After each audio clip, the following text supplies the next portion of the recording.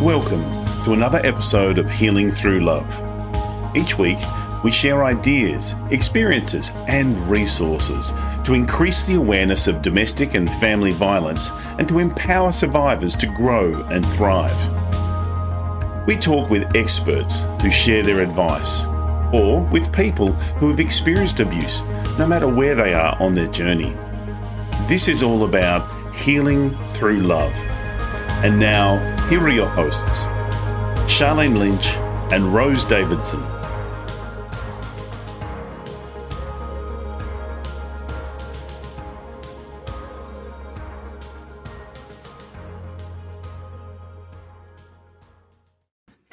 The Healing Through Love podcast with Sharlene Lynch and Rose Davidson. In episode 75, Sue Kennedy discusses with us the healing benefit of writing your story. So you need to be active in promoting your book, because I find a lot of people, I'm not a big Amazon fan, because yes, put your book on there if you like, but the thing is, you're just another product to them. They don't actually promote your book for you. Like, I've created an online bookstore for that reason, because at least I promote the books for my authors that have their books on there, where Amazon don't. It's like, it's just pot luck. And unless you tell someone that it's there, no one's going to find out.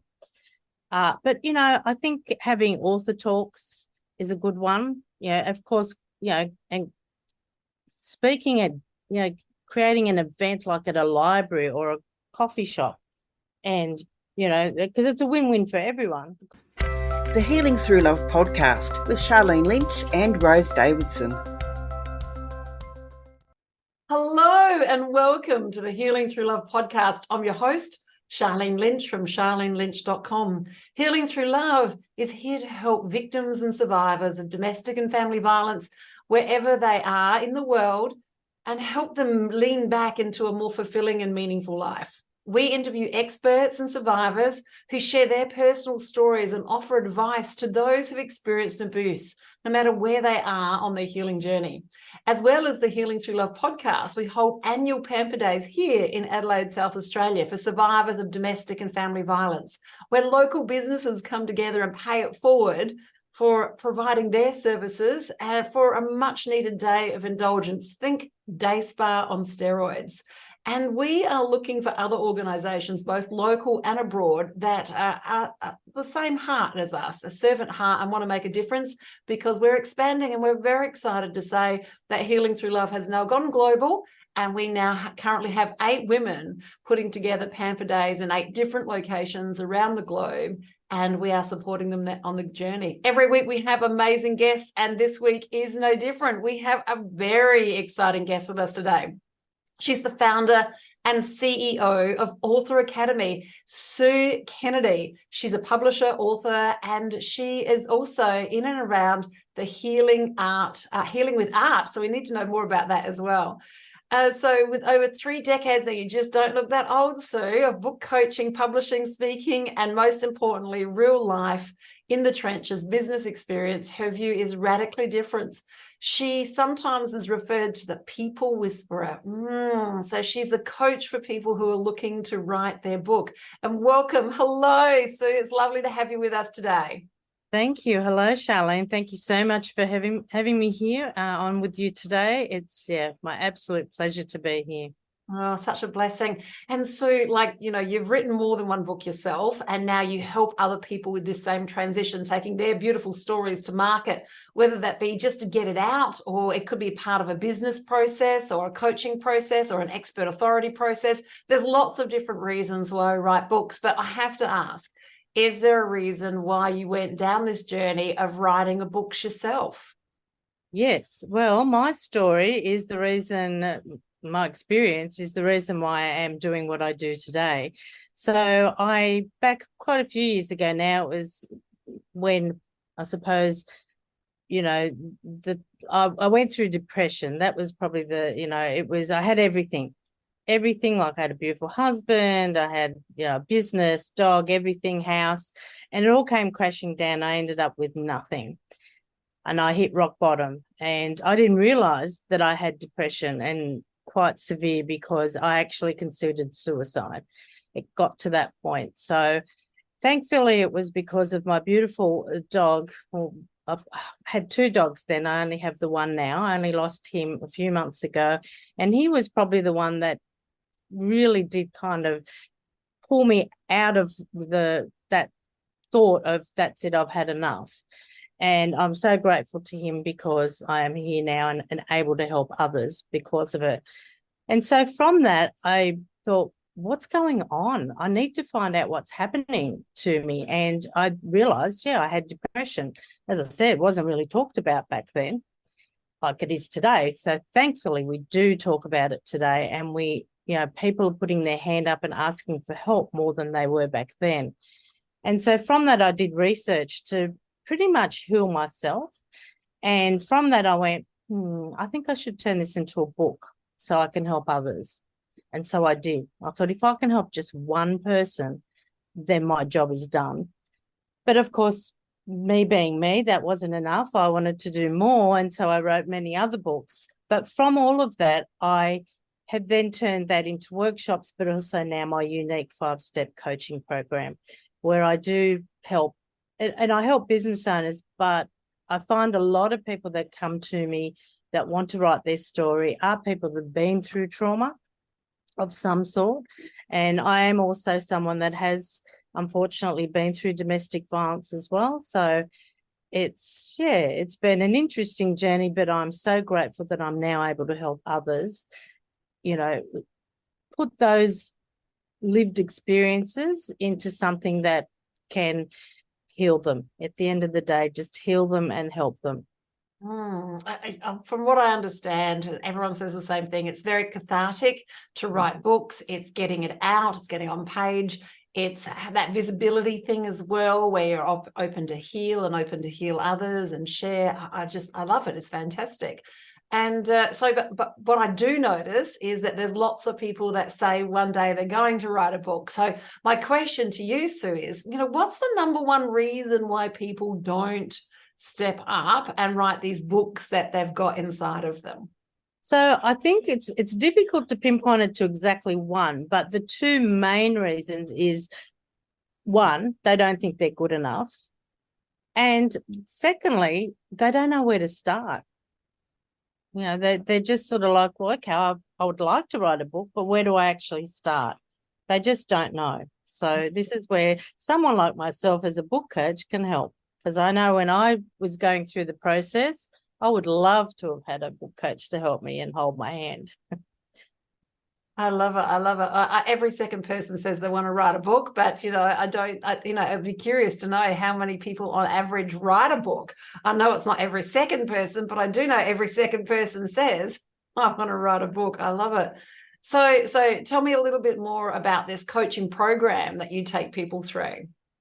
So it's a 5-step unique coaching program, and I call it unique because I don't believe anyone else is doing it the way I do. We go through the normal steps of how to outline it, making sure it flows, and all that kind of stuff that you have to do. But what because I'm an artist as well, I couldn't decide whether I wanted to do just writing or art. So I thought, why not combine the two and have best of both worlds? So I did. So I have a couple of tools that I use with people to help them unblock, but also the art component also helps them as far as healing. So it's very powerful, and I have two different modalities of ways of doing that. And one is going to the canvas, but I found and we do it intuitively, but I found that people, not everyone, but some people go to a blank canvas and go, what am I going to do now? And they freak out and get quite anxious. And I don't want them to be anxious. I want them to enjoy the process and allow it to help them instead of harm them. So I thought, okay, well, I need something else just in case that doesn't work. So that's when I decided, I found Neurographica, and I now am a certified coach to be able to coach people via using Neurographica. And so that's the other tool that I use, which is very powerful. I mean, they're both powerful. So this is using art to write a book, or is this artwork to be used on the cover or as part of the book, or is this the art is to get to the writing of the book? It's not to create some, Archibald Prize type painting. I mean, it could, you never know. And it could be the cover of your book, or it could be a painting that goes in the book. It's not about that. It's more about getting in and just working out what's going on inside, what's blocking that story from coming out. But also, if whatever trauma you've been through, you can then work through that and allow healing to begin. Like, it's amazing the different things that show up when we actually go through these processes, and you get these huge ahas and go, wow, I now understand why I have been going through this or doing this or whatever. And it gives you the biggest, amazing love. How can I say it? A universal 4x4, but in a loving way, so that it actually says, this is what you need to do. This is your next step towards your healing journey. Yeah, I have on several occasions when I've been working through something, got the canvas out, and looking back, those pictures are nowhere to be found on the walls because they were very angry. But, it helped me move through things. And when I didn't have words to articulate, the painting allowed me to do the articulation for it. And when I look back and look at those paintings, I'm like, yeah, they're very angry. But that's okay. But that's it's better that it goes out onto the canvas than to stay within you. Because if that stays inside of you, it turns to disease, and that's not what you want. No, yes, exactly. It's very cathartic as well, both painting and writing as well. So yes. I'm curious, with all of this AI, with all this artificial intelligence, how do you see that playing a part in people helping to push through and write books? Do you see that there's a part for both to play together, or does they need to be separated? Personally, I think it needs to be separated, because when you're writing your story, we want it in your words. We want it coming from, your heart, what you went through, because AI doesn't have that human touch, even though you can add your words to it, but it's just not the same as when it's coming 100% from you. I think it's going to deliver your message a lot better. Excellent. So who do you think should write a book, Sue? Look, everyone has a book inside of them, definitely. And as I said, I help business owners write business books, but I also help, and predominantly it's women, but it can be men, but, write their story of what they've been through, because what you've been through, there is other people that have been through it. Or going through it, like they perhaps are going through it and don't know how to get out or what to do. They're stuck, they're alone. Having that book and your message in there could be the absolute turning point for that person. It could be the one thing that helps them get out of their situation. So why wouldn't you want to write that story to help others? So true. So it's one thing to write a book, it's another thing to have it published. So what's your thoughts in and around self-publication and actually going with somebody who's going to publish for you? So I think self-publishing is better, only because if you go through traditional publishers, they want to change all the words to pretty much to what they want it to sound like. And then that loses all the, it just takes away from your voice. Like it might, they do it because they think they'll believe that that's what's going to sell. But honestly, I would much rather write a book about, from someone that has written it from their heart than to pass it to someone that doesn't know me from, the next person and write my story. Like, they don't know me. How can they write my story? And So yeah, I personally believe self-publishing is much better. Okay, so that's a tick for self-publishing. So what are your thoughts on audiobooks? Look, yes, audiobooks. I think that whatever, like even if you do like the hard printed copy, you can do an audiobook and also an ebook. Like the more versions you have out there, the better.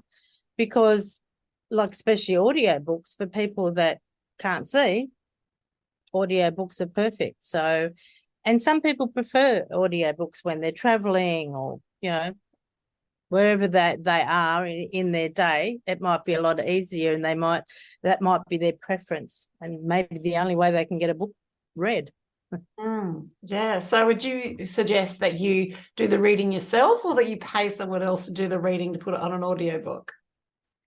Look, I think if you've got a good voice, which most of us have, but if you don't feel comfortable with the way you speak, then get a professional. But I would honestly, I prefer to hear the actual author speaking.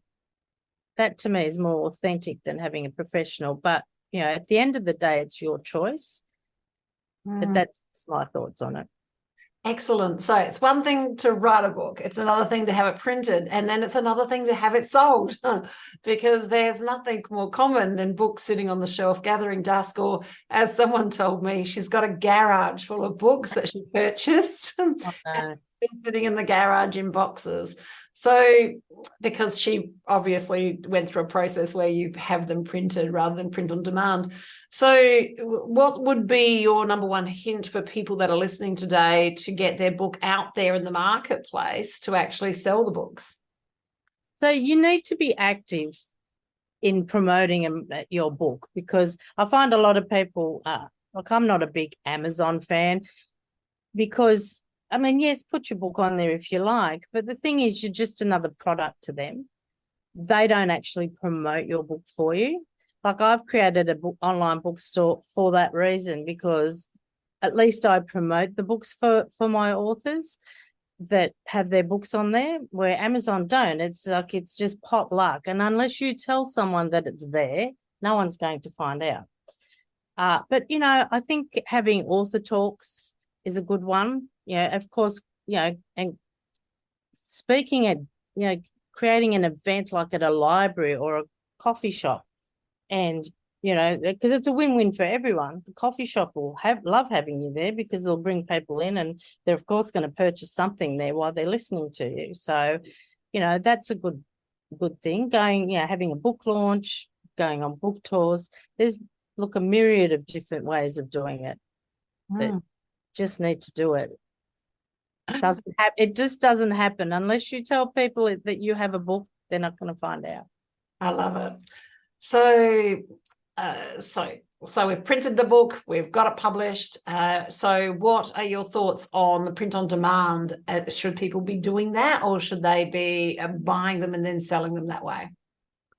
Look, print on demand we can't do here in Australia. I actually am a co-owner of a printing company, book printing company. So we don't do because it's just print on demand is done in countries where they don't get a lot of money. Like the people that actually do it, they don't pay them a lot of money to actually produce the books. They're like 10 cents a week or something. Hence, we can't do it here in Australia for that price. I mean, our wages are way too high which thank goodness it is that way. But when we print books for people, we just suggest we don't ask them to print thousands so it fills up their garage. We suggest getting only like 50 to 100 copies, see how that goes, and then order more.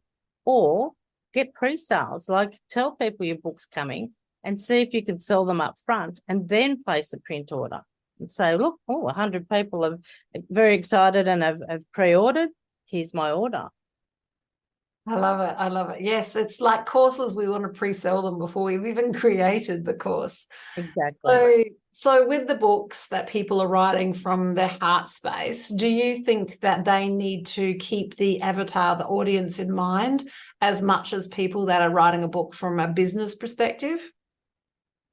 So I think, yes, talking from your heart, even from a business perspective, people want to know who's behind the business. I mean, it's great that you've got the business, but people are more interested in who is actually behind it. So you still want to be talking from the heart either way. So did that answer your question? Did I? Well, yes, and so I'm probably more looking from an avatar perspective. Right. So as 30 years as a business coach, we always start the conversation with, okay, who is your avatar? Who is your audience? Who are you trying to speak to? Who are you attempting to sell to? Who do you want to get in front of?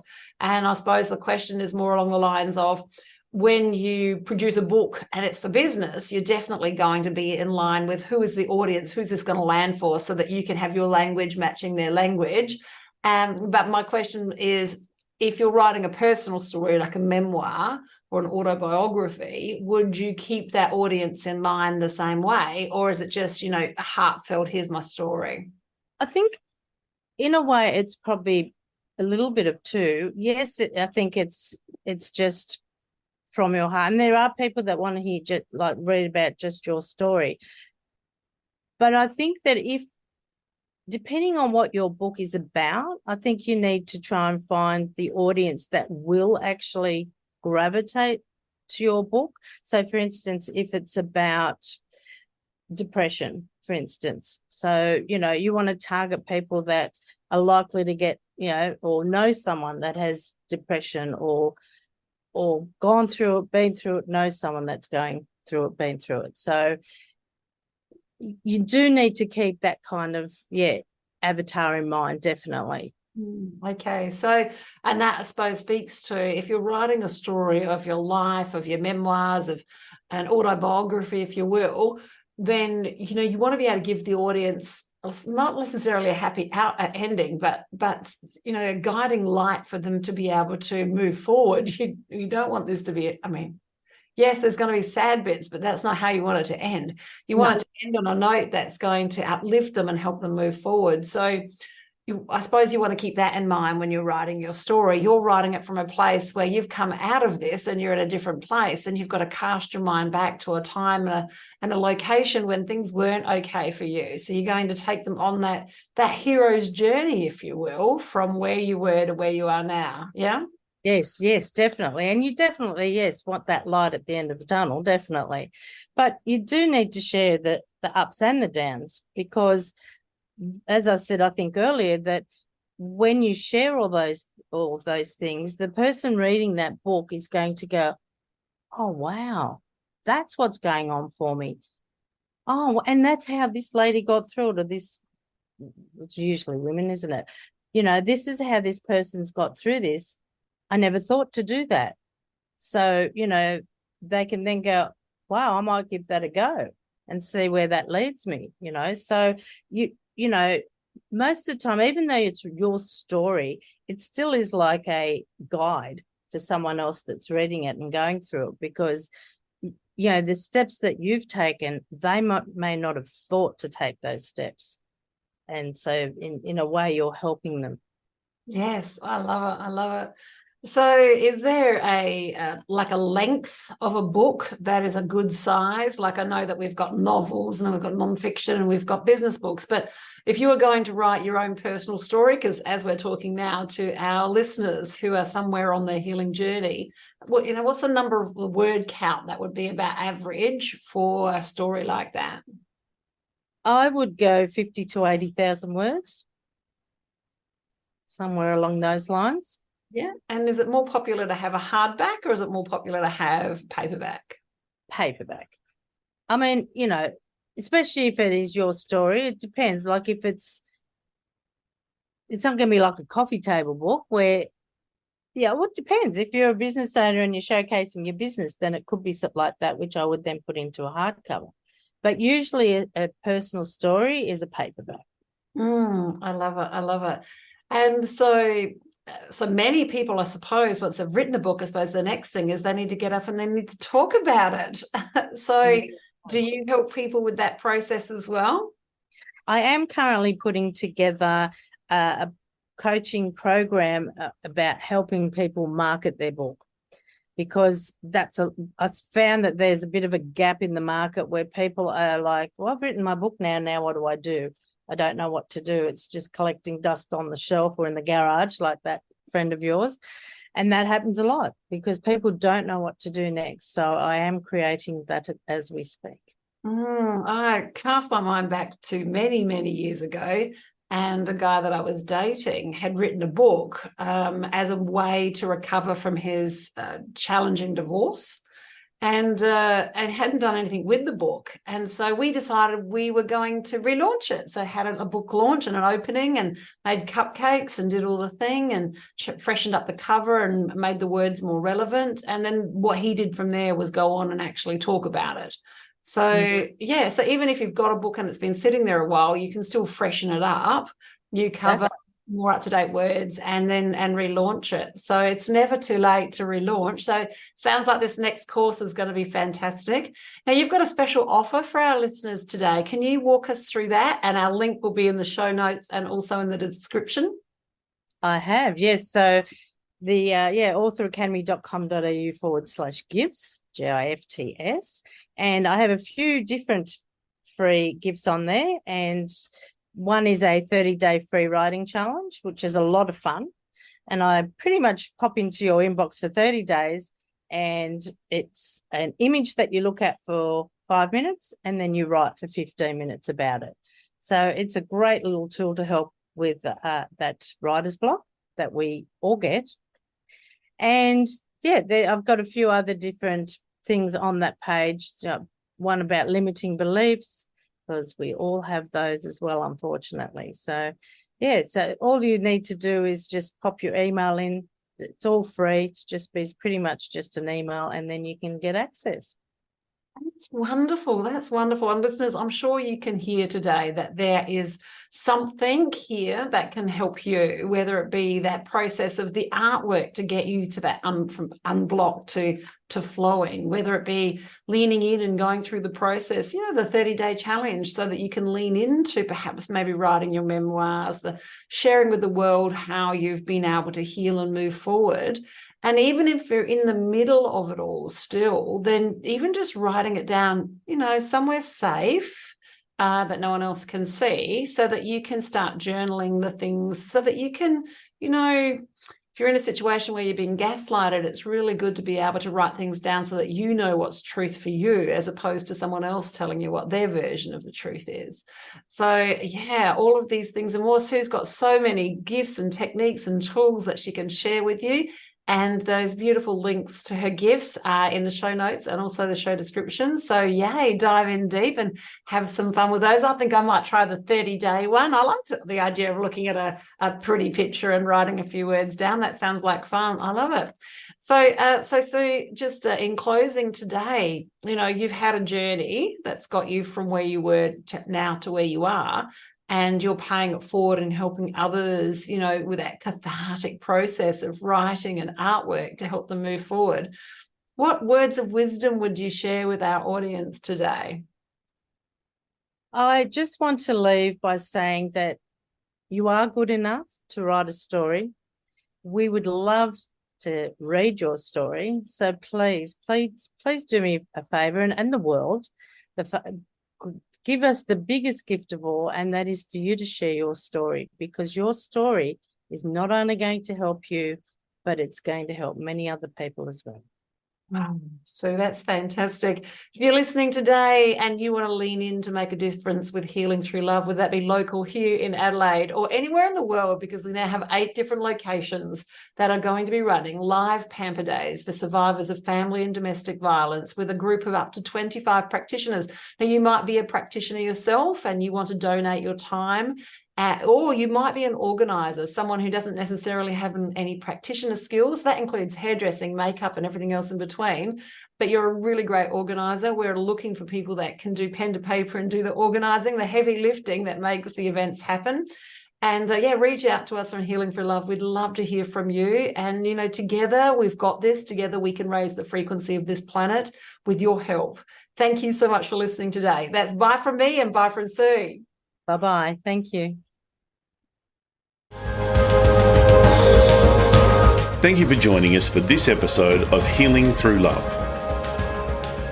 You can get further resources, see the show notes, or simply reach out to us via our website at htlaustralia.org. Thanks so much for joining us, and we look forward to your company next time on the Healing Through Love podcast.